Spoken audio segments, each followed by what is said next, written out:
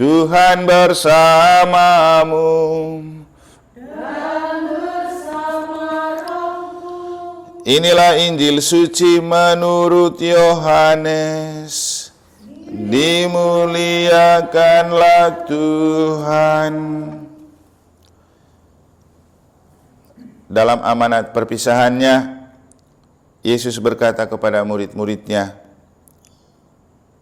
"Barang siapa memegang perintahku dan melakukannya, dialah yang mengasihi aku. Dan barang siapa mengasihi aku, ia akan dikasihi oleh Bapa-Ku, dan aku pun akan mengasihi dia dan akan menyatakan diriku padanya." Yudas yang bukan Iskariot berkata kepadanya, "Tuhan, apakah sebabnya engkau hendak menyatakan dirimu kepada kami dan bukan kepada dunia?" Jawab Yesus, "Jika seseorang mengasihi aku, ia akan menuruti perintahku. Bapa-Ku akan mengasihi dia, dan kami akan datang kepadanya. Dan diam-diam bersama-sama dengan dia.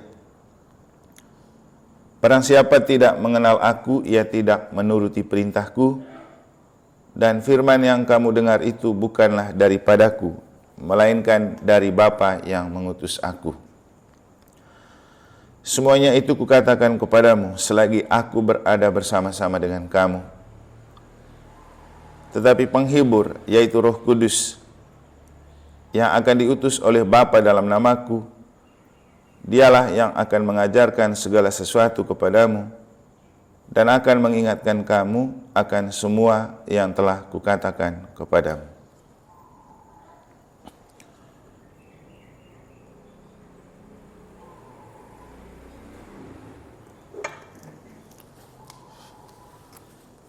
Demikianlah sabda Tuhan. Terpujilah Kristus.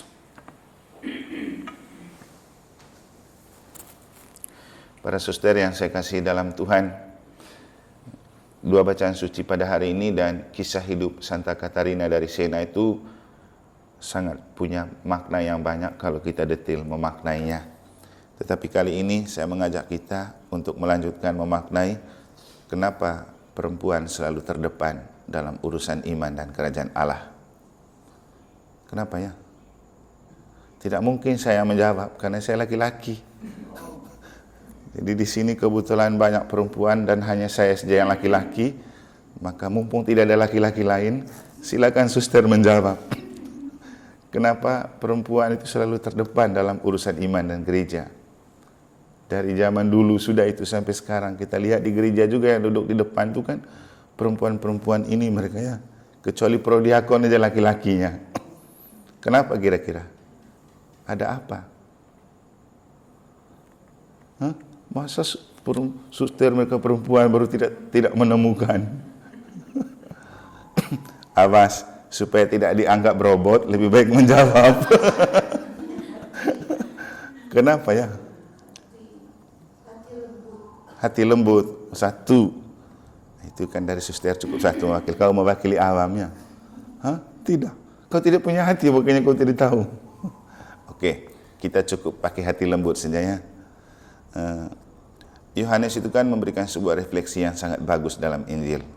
Kalau kita betul-betul detail memaknai setiap kata dari apa yang ditulis oleh Yohanes dalam Injil yang telah kita dengar, hal yang membuat kita tanya itu, kenapa Yohanes menulis sedemikian detail dan dalam tentang Yesus? Jadi siapa yang betul mengasihi aku, dia memegang perintahku dan melakukannya.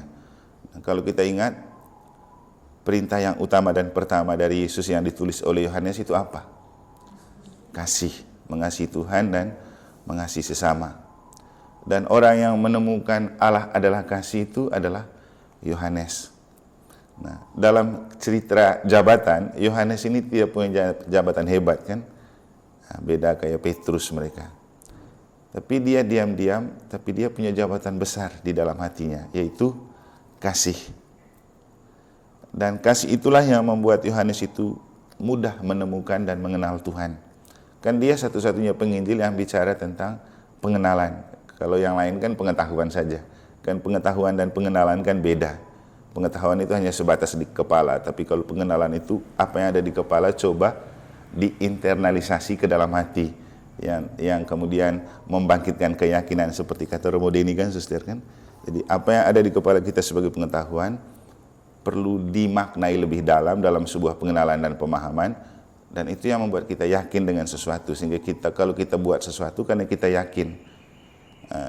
Yohanes itu berani bicara tentang kasih karena dia mendengar ajaran Yesus, dia tahu, tapi kemudian dia menginternalisasikan itu ke dalam hati, yang kemudian dia berani menemukan Allah itu kasih dan mengatakan bahwa perintah yang utama dan pertama itu mengasihi Tuhan, lalu mengasihi sesama, dan mengasihi diri sendiri mengasihi orang lain seperti kita mengasihi diri sendiri.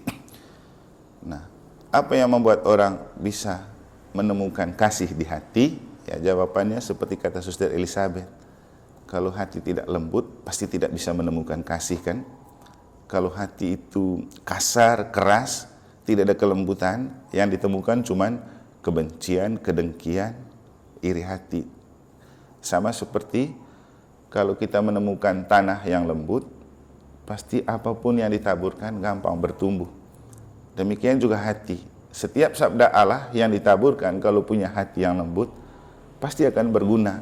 Tapi kalau hati keras, ya, di paroki atau di mana saja, kalau kita berbicara, berkhotbah atau membacakan sabda Allah, kan ada banyak jenis hati dan lahan yang menerima. Untuk yang menerima dengan hati yang lembut, kadang-kadang mengatakan khotbahnya bagus, menyentuh di hati. Tapi kalau untuk hati yang kasar, dia pulang, dia bahas di grup, mungkinkah dia omong sembarang yang lain-lain, itu kan bedanya.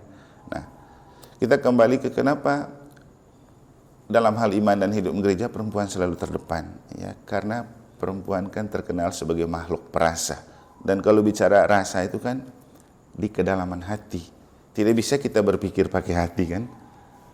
Tidak bisa kita merasa pakai akal budi. Yang ada berpikir pakai akal budi, merasa pakai hati. Dan sehingga iman Katolik itu sebenarnya iman yang bertumbuh dalam pikiran dan perasaan. Tidak hanya di otak saja, tapi juga di hati. Kenapa kemudian banyak orang yang kalau kita yang belajar filsafat, belajar sampai pintar, tapi kalau hati tidak lembut juga tidak bisa. Demikian juga kita para suster juga hati yang lembut, tapi kalau otak tidak main juga tidak bisa. Kenapa? Kita berhadapan dengan umat yang punya pemikiran yang lebih hebat dari kita. Jadi merasa saja tidak cukup, berpikir saja tidak cukup. Tapi berpikir sambil merasa sambil berpikir, itu baru pemahaman bisa muncul.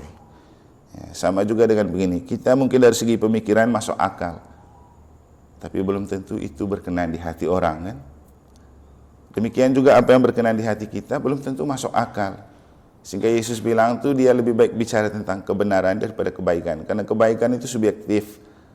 Mungkin sesuatu yang di hati kita baik belum tentu itu baik bagi orang. Tapi kalau benar pasti selalu baik.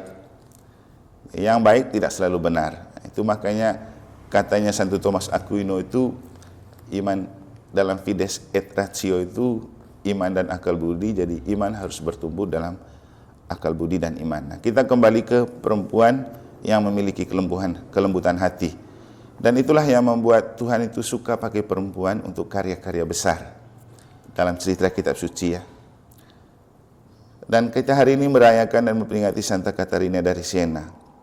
Anak orang kaya tapi yang punya hati untuk Tuhan. Kemudian Tuhan yang menata hatinya untuk memiliki kelembutan. Kelembutan hatinya itu yang mampu mengubah kekerasan hati para paus yang memindahkan gereja itu dari Vatikan ke Avignon, Prancis. Mungkin suster waktu ke Eropa sempat mampir di sana ya, di Avignon, Prancis. Kami dulu sempat mampir di situ, ada beberapa paus yang menjabat di situ. Nah, dulu itu karena gereja itu diatur oleh pemerintah dan raja, dan juga kan ada persaingan antara raja-raja. Sehingga begitu Prancis menguasai, dia pindahkan semua tahta gereja itu ke Prancis, di Avignon itu. Sekitar 70 tahun. Lama itu. Iya, lama. Tapi kemudian katanya Katarina ini yang mengirimkan surat ke paus yang terakhir waktu itu. Dan kemudian surat dari beliaulah yang membuat paus itu memindahkan kembali tahta gereja ke Roma. Jadi kelembutan tadi, ya memang kita laki-laki ini kalau sudah berhadapan dengan perempuan pasti gampang loyo. Makanya di beberapa tempat kan orang-orang kadang-kadang kalau rayu pastor paroki supaya cepat di ACC, misalnya proposal perempuan aja disodorkan ke depan, pasti cepat lemah nanti, tidak enak untuk tidak menerima kan. Tapi juga saya rasa di mana-mana begitu. Sehingga itulah yang mau dipakai oleh Tuhan, bukan karena perempuan lemah, tapi karena lemah lembut. Ini itu beda. Dan saya rasa kemajuan karya Marsudiri ini juga kan dibangun di atas perempuan semua kan. Sukses kan? Kenapa? Ada kelembutan hati itu yang oleh Santo Yohanes itu dilukiskan dengan istilah kasih. Tapi yang paling utama, kasih tidak bertumbuh dan berkembang di dalam diri kita kalau kita tidak mengenal Tuhan yang kita percayai dan kita tidak memegang perintah atau sabda Allah yang diberikan kepada kita. Sehingga inilah kuncinya, memegang perintah Allah, dan di dalam perintah Allah itu ada kasih, lalu kita menerima itu dengan kelembutan hati, maka terjadilah kesuksesan. Sehingga yang terakhir saya mau katakan bahasa dari Santo Paulus dalam bacaan pertama, yang tadi baik sekali dia ungkapkan kepada satu orang yang sakit, ya sakit tadi itu, saudara. Perempuan itu siapa yang sakit tadi itu? Ketika dia melihat imannya, Paulus bilang apa? Apa Paulus bilang? Berdirilah di atas kakimu sendiri. Jadi setelah melihat iman, baru Paulus berani bilang, berdirilah di atas kakimu sendiri. Ternyata iman itu membuat kita mampu berdiri di atas kaki sendiri. Karena setelah melihat iman, baru dia berani bicara. Kalau imannya tidak kuat, pasti Paulus tidak berani menyuruh dia berdiri. Jadi kita ini perlu berdiri di atas kaki sendiri, dan Tuhan pakai kita karena Tuhan sudah kenal iman kita. Sehingga kita lihat dalam panggilan kita juga ada yang tinggi, ada yang pendek, kan tergantung kaki. Kakinya panjang atau kakinya pendek. Tapi kemudian kita punya pekerjaan dan pelayanan bukan tergantung pada kaki panjang atau kaki pendek. Tergantung pada iman dan hati. Sehingga kita lihat suster yang pejabat tinggi itu kadang-kadang banyak yang pendek. Demikian juga romo-romo itu yang jabatannya tinggi-tinggi itu banyak kan pendek. Kenapa? Kakinya pendek, imannya panjang, hatinya lembut, kan gitu. Jadi inilah beberapa hal yang mungkin juga perlu kita maknai dan kita pelajari dari Santa Katarina dari Siena. Jadi mungkin kita tidak berharga dan kecil di mata manusia, tetapi oleh hati yang terbuka kepada rencana dan kehendak Allah, kita bisa jadi besar, kita jadi pelayan, kita bisa mengubah dunia, kita bisa mengubah keadaan yang mungkin tidak bisa diubah dengan kekuatan dunia, bahkan kekuatan kekuasaan seperti kekuasaan gereja dipindahkan dari Prancis ke Italia hanya oleh doa, iman, dan surat cinta dari seorang perempuan bernama Santa Katarina. Semoga rahmat yang diberikan Tuhan kepada Santa Katarina dari Siena juga diberikan kepada kita dalam tugas karya dan pelayanan kita, sehingga kita menjadi yang terdepan, menjadi alat di tangan Allah dalam prinsip dan moto Deus Providebit. Semoga Tuhan memberkati.